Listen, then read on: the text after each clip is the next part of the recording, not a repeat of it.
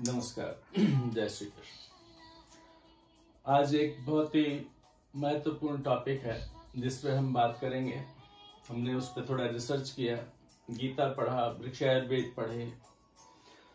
उनके अंदर हमने प्रभु की बनाई हुई ये सृष्टि को जाना और कैसे उसको पर्यावरण से जोड़ के देखेंगे और कैसे कृषि उसके साथ प्राकृतिक खेती के द्वारा उन सब चीजों को ठीक और सही किया जा सकता है, जिसमें हम जिसको भगवान कहते हैं उसमें भा से भूमि है, गा से गगन है, वा से वायु है, आ से अग्नि है, ना से नीर है, जल है।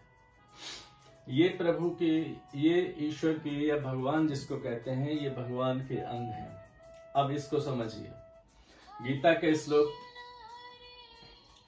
अध्याय 7 में दिया हुआ है, भूमि रापो नलो वायु है, खम मनो बुद्धिरेव च, अहंकार इतियम में भिन्ना प्रकृति श्रुता, अपरेयमिस्पुण्य प्रकृति विधि में परम, जीव भूता महाबाहो यदेम धायते जगत।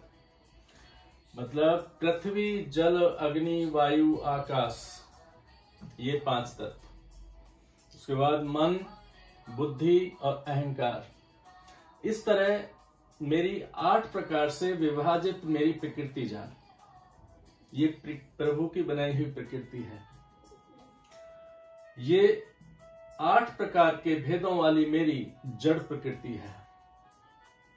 और हे अर्जुन, जिससे ये संपूर्ण जगत धारण किया जाता है, इसको तू मेरी जीव रूपा परा अथवा चेतन प्रकृति जान। चेतन प्रकृति और अवचेतन प्रकृति। चेतन प्रकृति 4% के करीब होती है और 96% अवचेतन प्रकृति होती है। लेकिन हम जो रहते हैं, जो दिखाई देता है, जो बोलते हैं, महसूस करते हैं, ये सब चीजें 4% है। 96% अदृश्य है। आप यदि कोई संकल्प करते हैं और दृढ़ संकल्प होता है तो जो अदृश्य शक्तियां हैं वो उसको पूरा करने में लग जाती हैं कि इसने संकल्प कर लिया, अब इसको ये पूरा करना ही होगा। तो वहां आप सिर्फ निमित्त ही मात्र होते हैं और अदृश्य शक्तियां उसको पूरा करने के लिए आपको रास्ता बनाती चली जाती हैं। और एक है, आदमी सामने देख रहा है, 4% है, देख रहा है इधर तो अंधेरा ही अंधेरा है, मैं कैसे करूंगा, हतोत्साहित हो जाता है। तो इसीलिए इससे हतोत्साहित नहीं होना, इधर जाना है। और फिर ये 4% को कैसे जानते हैं, अगला श्लोक देखिए। महाभूतान्यहंकारो बुद्धिरिवक्तुमेव च, इंद्रियाणि दस्कैम च पाश्चेन्द्रिया गोचरा। ये 5 महाभूत व अहंकार, बुद्धि और मूल प्रकृति भी, तथा 10 इंद्रियां, एक मन और 5 इंद्रियों के विषय, जिसको 4% को हम जानते हैं इन विषयों के द्वारा, शब्द, स्पर्श, रूप, रस व गंध। हम किसी चीज को बताते हैं शब्दों के द्वारा, ब्रीफ करते हैं, उसके बाद उसको छू के देखते हैं, स्पर्श देखते हैं, फिर उसका रूप देखते हैं कैसा है, फिर उसको चख के देखते हैं रस कैसा है, फिर सूंघ के देखते हैं। तो ये 5 इन इंद्रियों के विषय हैं। ये भी ईश्वर ने कहा कि इनके द्वारा ही ये सब चीजों को देखा जाता है। उसके बाद वो बोलते हैं गीता में, यस्मिन भूमिया जीवा नास्ति से भूमि एव नास्ति। जिस भूमि में जीवाणु नहीं, वो भूमि नहीं, वो मिट्टी है। हमने जितने भी अपने प्राकृतिक खेती के अंदर उपाय बताए हैं, उसमें जीवाणु बढ़ाने के काम बताए हैं। अब ये जीवाणु, फफूंद, वायरस, ये सब चीजें प्रकृति के अंदर में 2 तरह की ऊर्जा है। एक ऊर्ध्वगामी है, एक अधोगामी है, जो नीचे जाती है, एक ऊपर चलती है। जैसे आप कहेंगे कोई आदमी सरल से सरलतम काम हो जाए, इसके लिए क्या करेगा, झूठ बोलेगा, पाप करेगा, इस तरह की उसके अंदर में वृत्ति आएगी, तो वो अधोगामी ऊर्जा की वजह से आएगी। और ये सब चीजें छूटेंगी और फिर वो और ऊर्ध्वगामी यदि उसकी ऊर्जा होगी तो वो सत्य का पालन करेगा, धर्म का पालन करेगा, अच्छे काम करेगा, किसी को गलत सलाह नहीं देगा, किसी का बुराई नहीं करेगा। तो हमें ये ऊर्ध्वगामी ऊर्जा को उठाना है, और ये ऊर्ध्वगामी ऊर्जा उठेगी जब ये हमारे पंच महाभूत ठीक हो जाएंगे। और इनको ठीक करने का एक ही उपाय है, हम प्राकृतिक खेती करें, और उनके अंदर बहुत सारे उपाय हैं बनाने के। मैंने उसमें आपको जैविक कीटनाशक, जैविक वायरस नाशक, जैविक जीवाणु नाशक और अच्छे जीवाणु अच्छी ऊर्जा को कैसे बढ़ाना है, उसके लिए जैविक कल्चर है, भस्म रसायन है, खनिज खाद बनाना, बहुत सारे जैविक एंजाइम बनाना, सजीव जल, अणु जल, जीवाणु जल, तो हम इनके द्वारा अपनी ऊर्जा को ऊर्ध्वगामी बनाएंगे।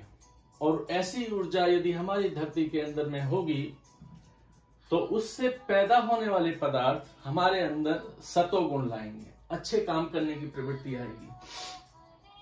और यदि हमारे दूसरी चीजें अब आर्टिफिशियली कीटनाशक देंगे, हम अच्छे तत्वों को अच्छे जीवाणुओं को मार देंगे, अच्छे मित्र कीटों को मार देंगे और जहर फैला देंगे, तो उससे अधोगामी ऊर्जा पैदा होगी, जिससे कि मनोवृत्ति खराब होगी, आदमी गलत काम करेगा, सिर्फ पैसा ही पैसा कमाने की बात करेगा। और यदि इसके द्वारा करेगा तो पैसा भी होगा, आनंद भी होगा और स्वस्थ भी रहेगा।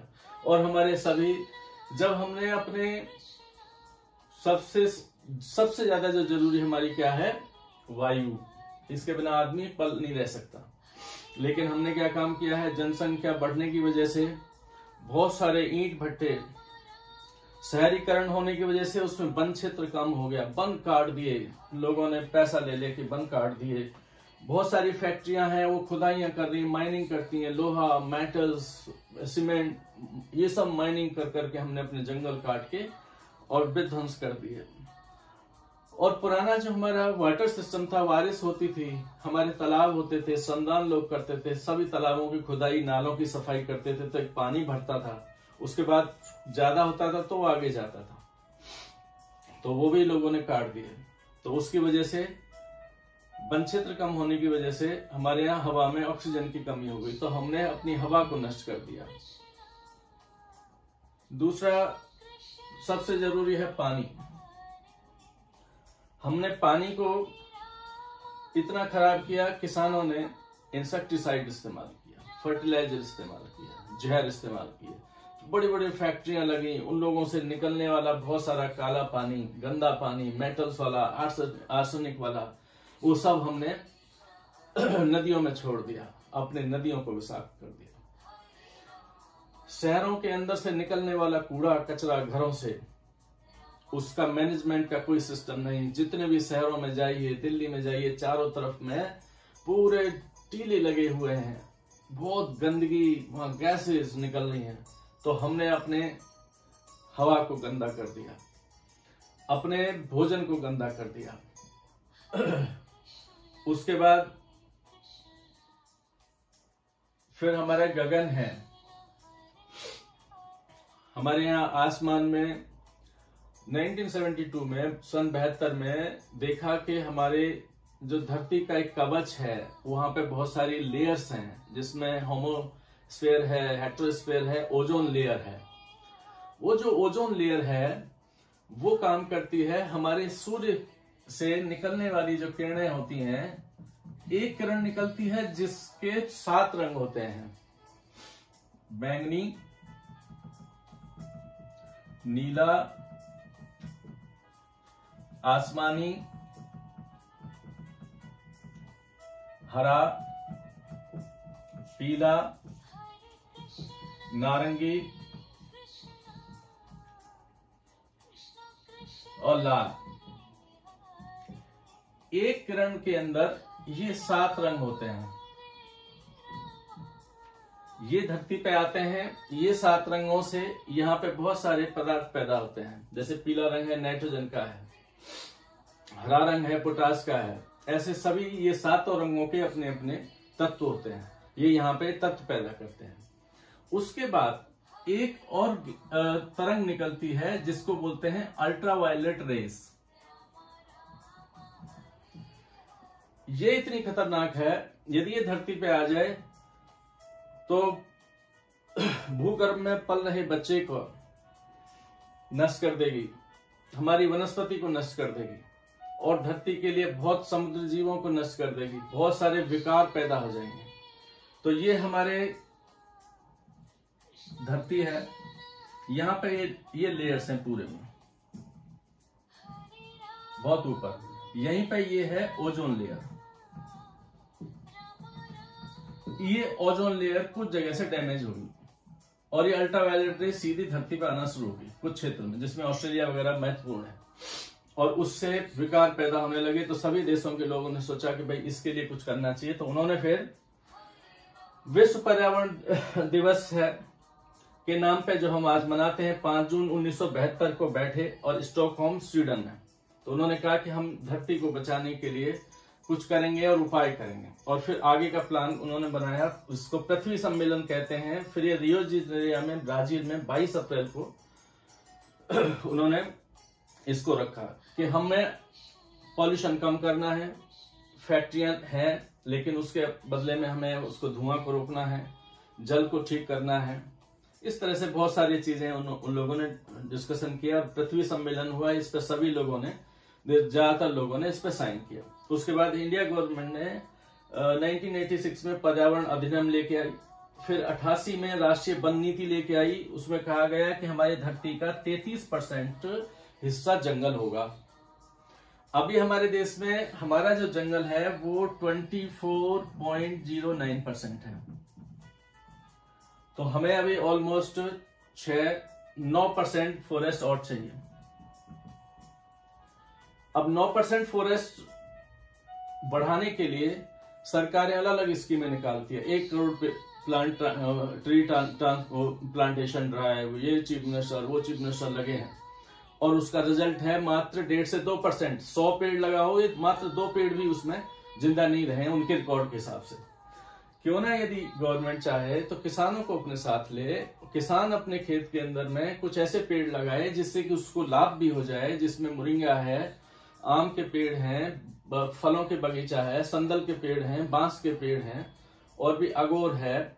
इस तरह के पेड़ लगाए जिससे उसको फायदा भी हो और हमारा जंगल का जंगल भी बन जाए, और उसको कार्बन क्रेडिट्स के साथ भी जोड़ सकती है। और यदि हम नेचुरल फार्मिंग, अपनी प्राकृतिक खेती जो गीता में कहा गया है, इस हिसाब से उसको हम यदि डिजाइन करके करें तो हमारा पर्यावरण भी स्वस्थ होगा, लोग भी स्वस्थ होंगे, पानी भी ठीक हो जाएगा और भूमि भी स्वस्थ हो जाएगी। बहुत सारे हमने अपने, और ये जितने इंसेक्टिसाइड हैं इनसे सबसे ज्यादा खतरनाक हमारे जल स्रोत खराब हो गए, जहर हो गए, उससे उगने वाली वनस्पति और हमारे मित्र कीट मर गए। तो उससे क्या होता है कि एक बार तो कीट मर गए, बुरे भी अच्छे भी, लेकिन अगले बार अच्छे तो हुए नहीं, बुरे वाले और ज्यादा अपने अंदर सोख के उसको तगड़ी पावर से फिर दोबारा अटैक करेंगे, और उससे क्या होगा, फिर आप डबल दवाई डालोगे, फिर डबल डालोगे, ऐसे डबल डालते डालते आपने धरती का पूरा इकोसिस्टम खराब कर दिया। इसीलिए प्राकृतिक खेती अपनाएं, अपने आप को स्वस्थ रखें, आने वाली जो पीढ़ियां हैं उनको भी अच्छी आप पर्यावरण दे सकें, वो भी करें। हमने पैसे कमा लिए, अभी हमारे पास धन की कमी नहीं, हमारे पास धान की कमी नहीं। इससे हम यदि काम करेंगे तो हमारा फसल की पैदावार कम नहीं होगी, और उसको आप जैविक उत्पाद के नाम से आप बेचेंगे, आपके घर से कोई भी उठा के लेके जाएगा, लोगों को आप बताएंगे। शहरों में लोग बहुत परेशान हैं, किसी को हार्ट अटैक की प्रॉब्लम है, किसी को कोलेस्ट्रॉल बढ़ा हुआ है, किसी का हाई बीपी है, किसी को शुगर की प्रॉब्लम है, किसी को लकवा मार रहा है, कोई साइकोलॉजिकल परेशान है, मानसिक बीमारी है, सुखी नहीं है। वो उसका कारण ये है। मेरे द्वारा जानकारी दी हुई, हो सकता है आपको कुछ ठीक लगी हो। अब इसके आगे मैं एक सीरीज शुरू करूंगा कि इस पद्धति को अपना के और इससे कोई आदमी कैसे अपना रोजगार शुरू कर सकता है। नए कोई भी लड़के हैं, लड़कियां हैं, करना चाहें, उनकी ट्रेनिंग की हम व्यवस्था करेंगे, जिसमें से वो एक निश को पकड़े और उसको जैविक रूप से अपने साथ कुछ फार्मर्स को ले जोड़े, अपना वहां सेंटर बनाए। जैसे मान लीजिए कोई आदमी शुगर केन बेस्ड कोई काम करना चाहता है तो शुगर केन के बहुत सारे प्रोडक्ट हैं। आप वहां पर जेगरी उद्योग लगा दीजिए, खांड सारी लगा दीजिए, उससे जेगरी गुड़ के क्यूब्स बनाइए, शक्कर बनाइए, खांड बनाइए, खांड से बूरा बनाइए, बूरे से और भी मिश्री बनाइए और उससे बनी हुई मिठाइयां बनाइए। उसका बहुत बड़ा ह्यूज मार्केट है और उसको मार्केट करिए, लेकिन उसके मूल में ये रखिए, आपका प्रोडक्ट हाथों हाथ रखिए। इसी तरह से और भी बहुत सारी चीजें हम बताएंगे, जिसमें कोई भी आदमी यदि सरसों, मूंगफली, सनफ्लावर, इस तरह की चीजें जैविक उगाए और अपनी ऑयल मिल लगाए, अपने साथ फार्मर्स को जोड़े और 1 यूनिट बिठा दो, पैकिंग करो और बेचो, जैविक है, पूरा बढ़ा दो, तो उससे एक अच्छा रोजगार शुरू हो सकता है। इसकी मैं पूरी डिटेल, उसकी कॉस्टिंग, मशीन कहां से मिलेगी, पैकिंग करना है, वो सारी एक एक detail with costing, mini and high level की, आपको हर एक एक स्पेशल वीडियो में बनाऊंगा। बहुत सारे लोग हम जैसे हॉलैंड जाते हैं, विदेश घूमने जाते हैं, एक गार्डन है कॉकनॉफ हॉलैंड में जो सिर्फ फूल उगाता है और उन फूलों को लोग देखने आते हैं और उसके नीचे के प्याज जैसे बल्ब्स हैं और सीड हैं, उनको वो पूरी दुनिया में बेचता है। अपने जितना खाने को चाहिए उतना उगाता है, बाकी ये फूल बेचता है सारी दुनिया में, उसकी वर्ल्ड की सबसे बड़ी मार्केट है। कट फ्लावर्स बेचता है, सीड बेचता है, फ्लावर बल्ब्स बेचता है और उससे बने हुए और भी कई सारी चीजें बेचता है। वो भी एक निश है, पूरी शुरू कर सकता है कोई भी आदमी, मैं उसकी पूरी डिटेल दूंगा। हमारे यहाँ बहुत सारे फ्रूट प्लांट्स की नर्सरी है, कोई लड़का सीखना चाहे फ्रूट प्लांट्स कैसे ग्राफ्टिंग की जाती है, कैसे लगाई जाती है, अच्छी वैरायटी के फ्रूट प्लांट्स लगाने की अपनी नर्सरी चालू कर सकता है, अपने आसपास के एरिया के फार्मर्स को दे सकता है, ट्रेनिंग दे सकता है, ऑर्गेनिक कैसे करना है उसको, उसकी ट्रेनिंग दे सकता है। हम उसको पूरी ऑर्गेनिक नर्सरी से लेके और फिर कैसे उगाने की विधि है, हम पूरा एक पैकेज देंगे। इस तरह से हमारे पास करीब 17 से 18 एग्री बेस्ड स्टार्टअप हैं, जैविक हैं और प्रकृति को बचाने के लिए काम करने के लिए हैं, और उससे रोजगार भी मिलेगा, स्वस्थ भी रहोगे। उम्मीद है कि आपको मेरे द्वारा दी हुई जानकारी अच्छी लगी होगी। जय श्री कृष्ण।